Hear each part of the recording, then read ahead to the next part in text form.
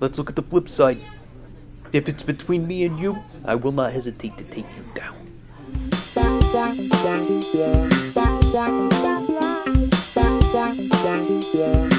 Well, you might hear a lot of extra noise today. You know, Lucy's she's on a winter break, so, you know, you might hear some yelling up there. Don't worry about that. That's nothing to be alarmed about. Nothing to be worried about, folks.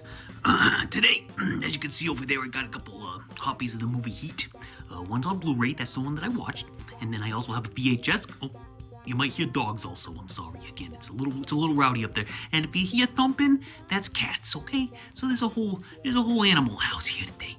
But I got a VHS copy that I have since when I was a little boy. You know, that's a widescreen copy, actually. That's a special widescreen edition. I think I got that from Suncoast in the late 90s when they started selling widescreen versions of... Actually, probably the mid-90s, 97, when they started selling copies of widescreen. Right before DVD hit and people started paying attention to that sort of stuff, you know? So Heat. All right, let me tell you a little bit about my history with this movie, okay? I remember in the mid-90s, every young boy was big fans of Robert De Niro and Al Pacino. Yeah, especially me, because I was just hitting in my movie fandom there with, you know, I spent the summer watching all the classics. All the classics. The Godfather, Dog Day Afternoon. Sorry, I had to lay down the law a little bit.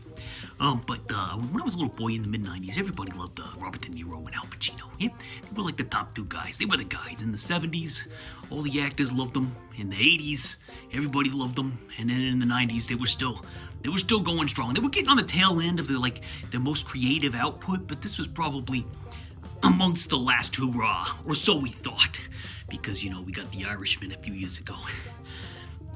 And that's the one where Bobby was so intense about getting into character that he actually physically de-aged himself. Okay? You know how he's got the thing where he, like, gains weight for movies? In The Irishman, he actually figured out a way to get younger. And I don't know how he did it, but he looks really, you know, he looks okay, I guess. But that one scene in The Irishman where he's like, you could tell that he's an old man, but he's got that younger face. So I don't know how he did it, but he did it. So, you know, big ups to Bobby in The Irishman. But here he's got his natural face.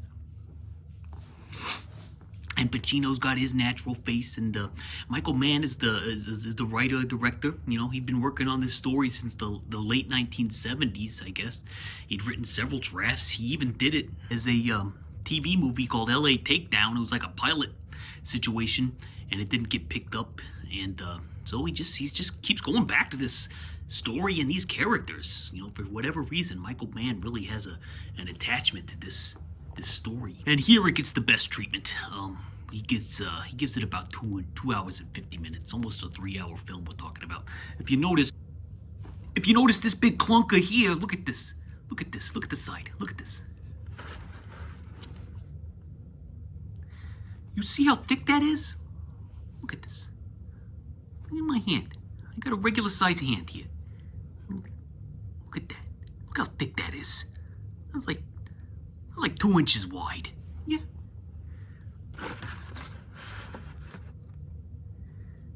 And look at it. It's got your Pacino on there. It's got your De Niro on there, and it's got that Val Kilmer in there. And he unfortunately is no longer with us. He passed away, but he's still gonna miss you, Val. Miss you every day. He was still going strong when he made this. I remember one of my sisters said, he's hot. I remember the beginning of the movie. She thinks she walked in when I was watching it one time, and he was buying the dynamite, you know, and before they do the first robbery in the armored truck, and she goes, "Oh, he's so hot." He is. He's a smoldering sack of human flesh. He's got scars all over him in this one. I don't know if that's something that are real. He's also got this, like, I don't know if you've noticed this, but there's one scene in the movie where, like, he's sleeping in Macaulay's house. That's Robert De Niro's character. And look at his elbow. It is jacked up. And that's real. That's not special effects. You can tell he's got, like, a sack of fluid in his elbow. And it's like it's like baseball size just sticking out. Like when I first saw it, it caught me by surprise. I was like, oh, it set off my my evolutionary, reset. What do you call it? Reflexes. Like if you're mowing the lawn and you see a snake or something, you go, oh. That's how I reacted when I first saw this gigantic elbow from Val Kilmer in this movie. I was like, man, what happened? And you know what's funny? I watched that movie, Island of Dr. Moreau, several years ago, and I noticed it was filmed after Heat, and it's got that legendary story about how difficult it was to shoot and how much of a douchebag Val Kilmer, I love you, Val, miss you every day, but how much of a douchebag Val was when he made that movie. And in that movie, like a lot of the reviews noted that he was inexplicably wearing like a blue compression sleeve in various scenes, and I'll tell you why. It's because he had that big elbow. And we could see it in Heat, and that was real. That's real life.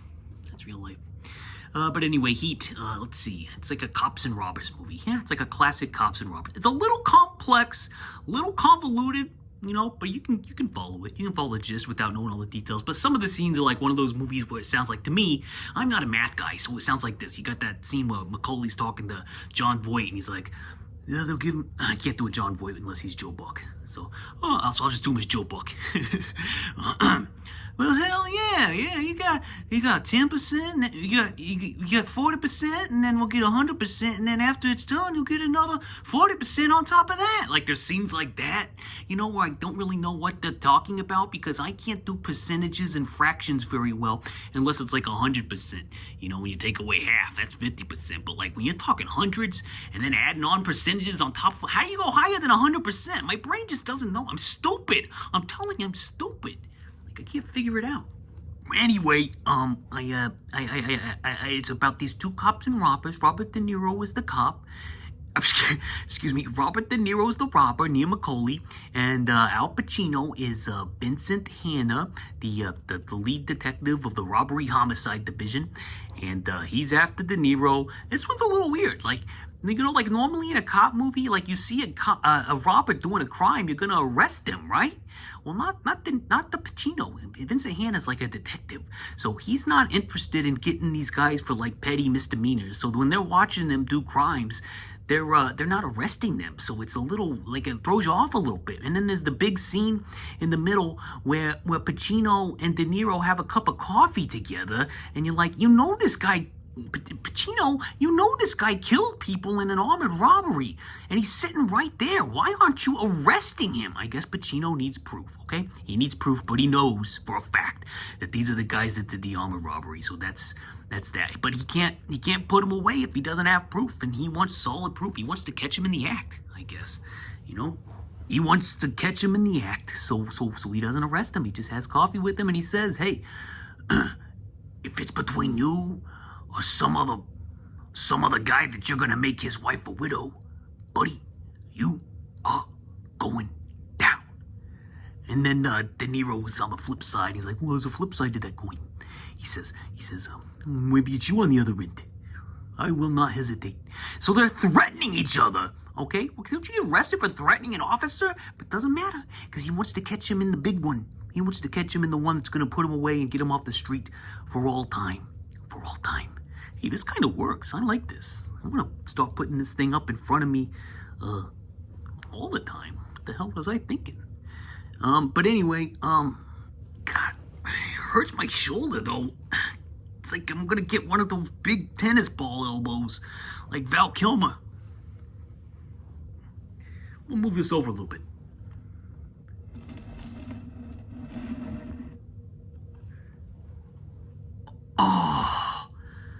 Oh, it's like sitting on a heated toilet. Oh, God. And you don't know what's going on, but I'm telling you, it feels good. It feels good right now. What was I? Oh, yeah, it's like a cops and robbers. You know the drill. 2 hours and 50 minutes of it. So, here's what I think about Heat. It's a classic. I remember the podcast, The Rewatchables. They've done like 3 episodes. Like, this was like the first movie I think they ever did. And then they did another one. And then they did one with Michael Mann himself. And I'll probably re-listen to a couple of them at work in the coming days. But it's one of those movies that I didn't realize it was so classic until I heard other people talking about it like a few years ago, and I was like, Heat? I thought I was the only one that really liked that movie. And they run lines on the podcast, like they do lines from it, like it's something that they're really fond of, and I'm like, I thought I was the only one. Like, you know, that sort of thing. You know, when Pacino's doing all those crazy lines, like, what do I got? You know, and he's like, what's another one? What's another one? You get killed walking your doggy. You know, he's got all these great little lines in there, and I thought I was the only one. And then, like, even like the lower lines, like that you wouldn't even think that people would know. Like, to me, the action is the juice. You know, like Tom Sizemore says. And I think that's the case for De Niro too, because he's home free. He's home. This ending of this movie pisses me off. You know, in fact, it pisses me off so much I don't find it to be tender at all. I actually dock a star nowadays because I don't like the ending. Like, I wish it was, number one, I wish it was more exciting. Like, I feel like I've seen it so many times that it's just like, there's not enough suspense there. It's just like, I'm just kind of going through the motions by the time they get to the airport.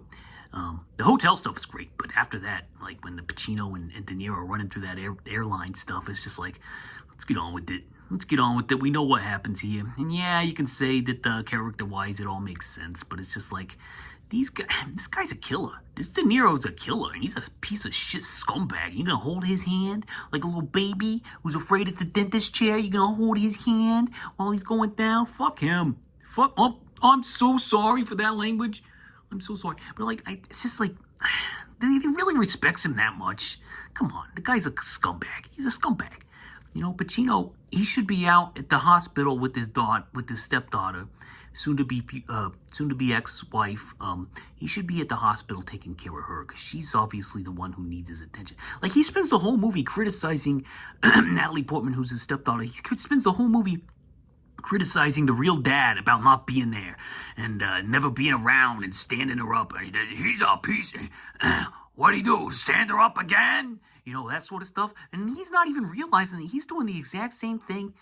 Like, he could have been there for her, and maybe the whole hotel room thing wouldn't have happened. But he was so driven about catching the bad guys, you know, that it's affected his personal life to the extent that his ex-wife's got to go after this guy named Ralph, you know, and they got to hook up, and she doesn't even care to hide it from him because she knows they're on the down slope. He knows they're on the down slope, and you got Natalie Portman caught in the middle of it, just with nobody giving her the proper attention. Like, the mom's more interested in and I'm not blaming the woman, but the mom's more interested in, you know, fulfilling her needs. And we can tell this from the first scene when she's reading the newspaper, and Natalie Portman's clearly having an episode, and it takes her forever to realize that she's having an episode, the mom. And it's just like, come on, guys, let's be parents here. Let's be parents. The scumbag De Niro and in this crew. Let's do a movie. Here's what Heat 2 should be, okay? Let's have Bobby do the trick where he gets his face all young again. Pacino can do it too, because we saw him do that in The Irishman also. They get the faces all young again, and then Bobby, and then we redo it. We redo Heat. We reheat it, and Pacino was like, you know what? You know what, Neil? As I sit here drinking my coffee, I realized something. I realized that I don't care about you. In fact, you're under arrest. You're under arrest for misdemeanor breaking and entering. See you in 6 months. But you know what I'm going to do right now? I'm going to go home. I'm going to talk to my stepdaughter, get her straightened out, and then I'm going to make love to my wife, because that's what I haven't been doing. And I've learned a lesson. Thank you, Neil, for this cup of coffee. Hey, don't mention it. Don't mention it. And then I'm going to put you down. I'm going to put you down after I get out in 6 months. Well, that's a threat. That's threatening an officer, and you're under arrest and under surveillance for the rest of your life with no chance of parole. The end. Heat 2. But that's not what's going to happen. No, that's not what's going to happen, because that would be stupid. But you know what I mean, though? Like, you just start thinking about this stuff, and it just starts making you feel a little like, is this satisfying? Is this satisfying? You know what is satisfying, though? Here's a 5-thumb, all-time classic bank robbery sequence that went on to influence The Dark Knight and various other bank heist films. And that, my friend, that's what they call, I think they call that like gun porn or like gunshot porn. Because you know there's like all these NRA guys that are sitting there like hearing those gunshots echo off those buildings in downtown Los Angeles. And they're like, oh, did you hear that? Did you hear that? Oh! But I digress. I think that that is a classic sequence. Though 5 thumbs makes the entire movie, the entire 2 hours and 50-minute double taper worth watching. Yeah, and it comes right in the middle too, because I split it up into 2 nights because this movie's so long. In the first half, I'm not gonna lie. The first half, hold on. No, I thought one was coming, but it's not. The first half was it's kind of slow. It's got the great armored car opening. There it is, kind of. It's got that great armored car opening, you know. Hey, Slick, you can't hear you. See that shit coming out of their ears? You know that part? So it's got that going for it. But there's a lot of slowness in the first half. Pacino, always entertaining. He's the more interesting part. And I think, and another thing, I'm not trying to criticize this movie too much because I do love it. But De Niro, it's not my favorite De Niro performance because I feel like there's not really much to Neil McCauley. Like, we get him, like, within the first scene. He's stoic. He doesn't talk much. He's very professional. He's got a temper, but he keeps it cool when he has his temper. But he will mess a guy up like Wayne Grow. Had to get it on, brother. Had to get it on. By the way, Wayne Grow, he's got beautiful eyes. I don't know. He reminds me of Jake the Snake Roberts. There's like something captivating about that man. He's very bikery, but it's just like, I don't know, man. I mean, I'd probably do anything for that guy. He'd probably convince me to do anything, Wayne Grow. Hell yeah, some of the dialogue in this, like, as much as there's some classic lines, like the scene where Wayne Grow is talking to, like, the prostitute. She's like, you're a hot dog. I'm gonna start using that one. Val Kilmer in this movie, whoo, he is a hot dog. Oh my God.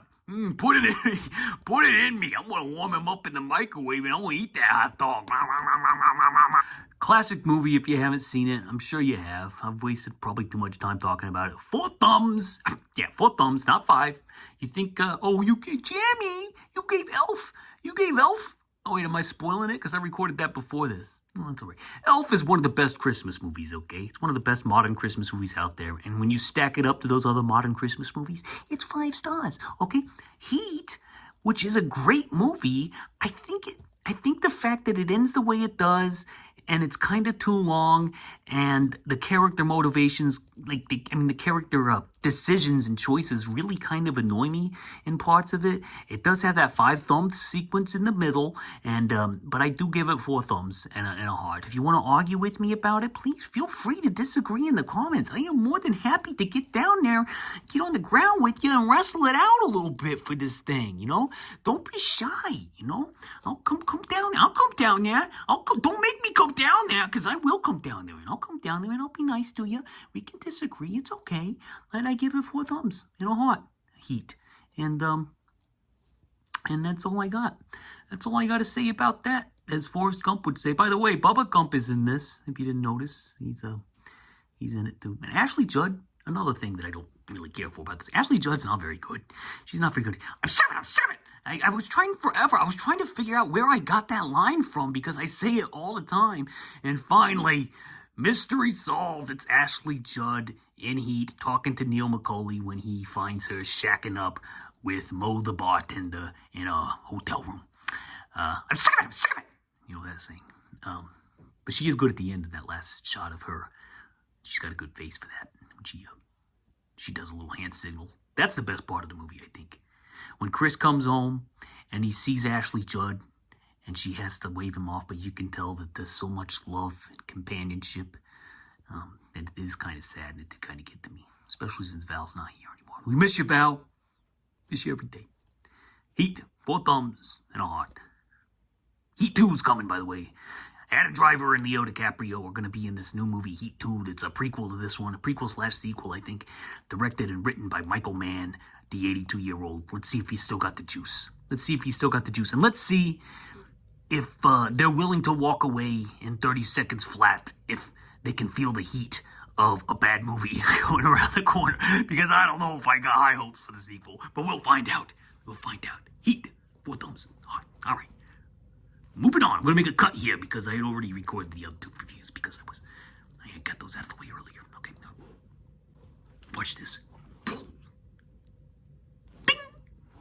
Like, let's take a look at the movie Elf with Buddy the Elf there. We've all seen it.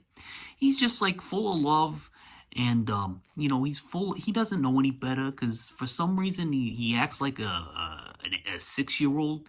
But regardless, I think we'll just say this, okay? He is willing to accept people who are even mean to him, but I don't think he would accept anyone who is outright cruel to others with showing no remorse. He'd be even the elf would be able to cut the cord on that one. So, speaking of Elf, I give it 5 thumbs up. I give it 5 thumbs up and a heart because it's Elf. And Buddy's a great character, and he's a Christmas classic. And I kind of knew that he would be a Christmas classic back when that movie came out. Yeah, okay, what else did I watch? Because we're reviewing movies here. That's what we're doing. We're not ranting and raving like some crazy person in a basement.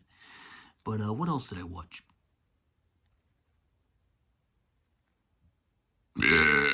Excuse me. I watched a movie called Table 19. With Anna Kendrick and a bunch of other people, including, that tall guy with the glasses. I can't remember his name. I knew it last night, and I'm completely blanking on it right now. Stephen Merchant, I think. And then Craig Robinson and Phoebe, and I think one of the Hendrickson. No, what the Liam Gallagher? No, that's not it. The guy with the Thor. Thor? Hemsworth. One of the Hemsworths in there. And the Russell, Wyatt Russell, Kurt Russell's kid, okay, the nepo baby, that's fine, it's fine, he's got talent, he can be a nepo baby, he's okay, he gets a pass. So yeah, you got all these guys there, and that kid from Grand Budapest Hotel, with the sad eyes, he's in it. He's a socially awkward guy. He goes to the wedding to try to meet a girl. And anyway, there's a lot of shenanigans going on in this movie. It's like one of those movies where like opposites and people, misfit toys get together and become fast friends. I like these type of movies, like Station Agent and The Breakfast Club. Not as good as those 2 movies, but it's in that same like genre, that same milieu. The Letterboxd reviews of this one were a little harsh. I think the tomato score is real low, but I watched it. I thought it was good. My mom, Janice, recommended it to me. I think she's supposed to watch one battle after another now, but I think that was the trade. So she better get on that because it's on HBO Max. But yeah, I watched Table 19 and it was good. I give it 3 stars. Excuse me, 3 thumbs. 3 thumbs. 3 thumbs up. Not much to say about it other than it's like a comedy and a misfit thing. And if that's your thing, and if you think that sounds like something that you would enjoy, then go ahead. Enjoy it. So that's it for this week. We got through the holidays. Yeah, we got through the holidays. Jeremy's spoken. Enjoy the new year. I got some good ones coming up in the next year. Maybe change some more things up a little bit because I'm sure, maybe make some more short films. That type of thing. Just get creative. I wrote a song too, kind of about what I wrote a song. I'm not gonna post it. But because, I'm very sensitive about my singing voice, like I don't think it's very good, and I think that a lot of people would say, Jesus, turn that off, get that thing out of here. But it is, my songs do come from the heart, though. They do come from the heart. Like this one that it's one that I just wrote called When I Was Your Age. It goes like this, When I was your age, freedom and love was in style and all the rage. Love the one you were with. And if you got the clap it clear up in a couple of days. And it's like a satire type thing from the perspective of a conservative type of mind. So that's what I've been working on. I don't know what I'm talking about anymore. Jeremy spoken. Godspeed. God bless. Happy New Year. Maybe next year will be better. Maybe not. You never know. You never know. unbelievable.